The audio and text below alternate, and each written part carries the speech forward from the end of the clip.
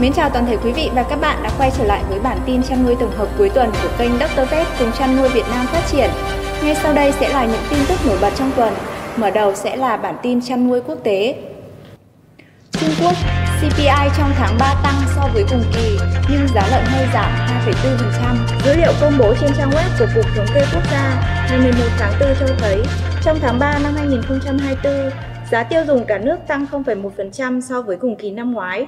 Trong đó, giá cả ở thành thị đi ngang và giá cả ở nông thôn tăng 0,1%. Giá phi thực phẩm tăng 0,7%, hàng tiêu dùng giảm 0,4%, giá dịch vụ tăng 0,8%. Bình quân từ tháng 1 đến tháng 3, giá tiêu dùng cả nước giữ nguyên so với cùng kỳ năm ngoái. Giá gia súc, thịt giảm 4,3% khiến CPI giảm khoảng 0,14 điểm phần trăm. Trong đó giá thịt lợn giảm 2,4% so với cùng kỳ, khiến CPI giảm khoảng 0,03 điểm phần trăm. Dịch cúm gia cầm lại thổi bùng giá trứng tại Mỹ. Giá trứng gà tại Mỹ đã tăng trở lại trong nhiều tháng qua và hiện có khả năng trở nên đắt đỏ hơn nữa khi các trang trại gia cầm phải đối phó với dịch cúm gia cầm bùng phát.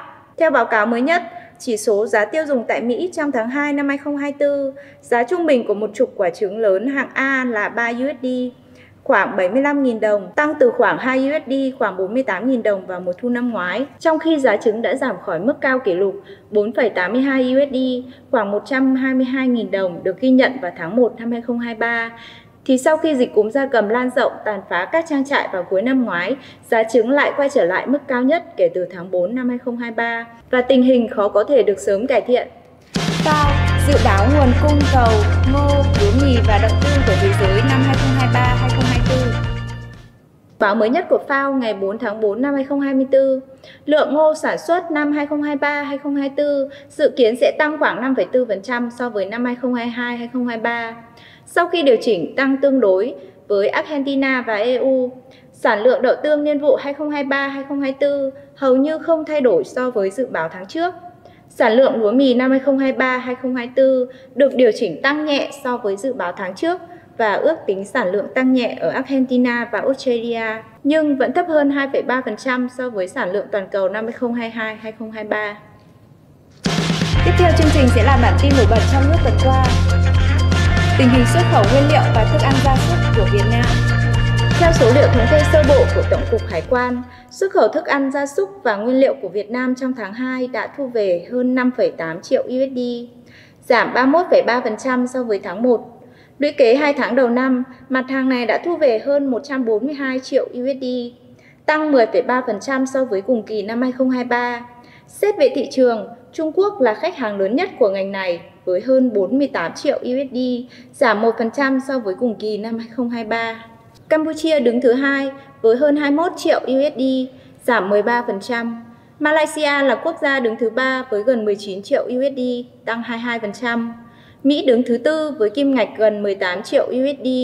Đồng thời, Mỹ là thị trường có mức tăng trưởng mạnh nhất với mức tăng lên đến 238% so với cùng kỳ năm trước. Bên cạnh Mỹ, các thị trường như Thái Lan, Đài Loan, Trung Quốc cũng tăng mạnh nhập khẩu mặt hàng này của Việt Nam. Không nên vội tăng đàn khi giá heo tăng giá. Giá heo hơi liên tục tăng kể từ đầu năm và đang ở mức cao nhất từ cuối năm ngoái đến nay nên người nuôi heo rất phấn khởi. Tuy nhiên, khả năng mức giá này sẽ không giữ được lâu, vì vậy người chăn nuôi không nên vội vã tăng đàn. Từ sau Tết đến nay, giá heo hơi liên tục tăng, mặc dù mức tăng mỗi lần không nhiều nhưng đã tăng đều trong hơn 2 tháng qua.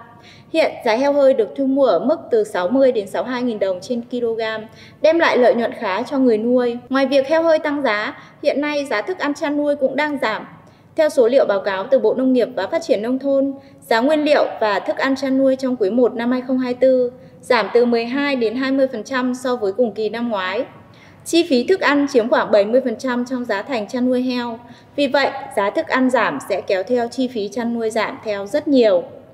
Trong lúc giá heo hơi tăng, giá thức ăn chăn nuôi giảm đã kéo theo biên độ lợi nhuận chăn nuôi ngày càng nới rộng. Vì vậy, không ít người nuôi heo tính chuyện tăng đàn.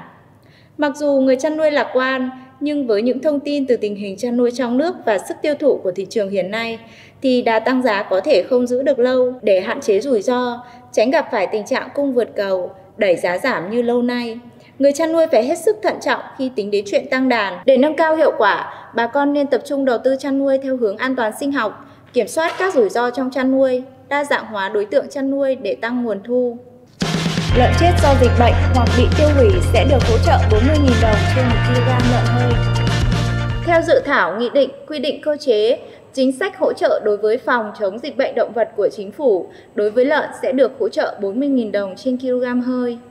Trên cơ sở tham mưu, kiến nghị của Bộ Nông nghiệp và Phát triển Nông thôn, Chính phủ đồng ý với chủ trương và giao Bộ Nông nghiệp và Phát triển Nông thôn chủ trì, phối hợp với các bộ, cơ quan liên quan xây dựng dự thảo. Quy định cụ thể mức hỗ trợ từng đối tượng. Về mức hỗ trợ kinh phí đối với cơ sở sản xuất động vật trên cạn, dự thảo nghị định quy định đối với lợn là 40.000 đồng trên kg hơi, trâu, bò, ngựa, dê là 50.000 đồng trên kg hơi, cừu, hươu là 55.000 đồng trên kg hơi, đà điểu là 40.000 đồng trên kg hơi, gà, vịt, ngan, ngỗng, bồ câu là 35.000 đồng trên kg hơi, chim cút 20.000 đồng trên kg hơi, trứng gia cầm, gà, vịt, ngan, ngỗng, đà điểu, chim cút, bồ câu là 20.000 đồng trên kg. Tỷ lệ tiêm phòng vaccine thấp, Bộ Nông nghiệp và Phát triển Nông thôn chỉ đạo nóng. Ngày 9 tháng 4, Bộ Nông nghiệp và Phát triển Nông thôn đã có văn bản số 2560 BNNTI gửi Ủy ban Nhân dân các tỉnh, thành phố trực thuộc Trung ương về việc tập trung tổ chức tiêm phòng vaccine phòng bệnh cho đàn vật nuôi. Kết quả kiểm tra thực tế tại nhiều địa phương cho thấy tỷ lệ tiêm phòng đạt rất thấp, nhiều nơi chỉ đạt có dưới 10%. Nhiều đàn gia súc, gia cầm và chó mèo không được tiêm vaccine phòng bệnh, hoặc đã được tiêm vaccine nhưng đã hết hạn hoặc sắp hết thời gian miễn dịch.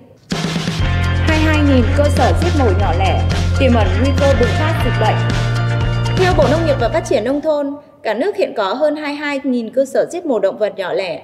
Tại các cơ sở này, tỷ lệ kiểm soát dịch bệnh, an toàn thực phẩm ở mức thấp hoặc không kiểm soát được, không có đăng ký kinh doanh, không truy xuất được nguồn gốc đối với sản phẩm chăn nuôi. Điều đáng chú ý là 20% gà ở chợ gia cầm sống và lò mổ ở phía Bắc Việt Nam dương tính với virus cúm gia cầm H9N2, gây thiệt hại kinh tế đáng kể và cũng có thể gây bệnh cho người.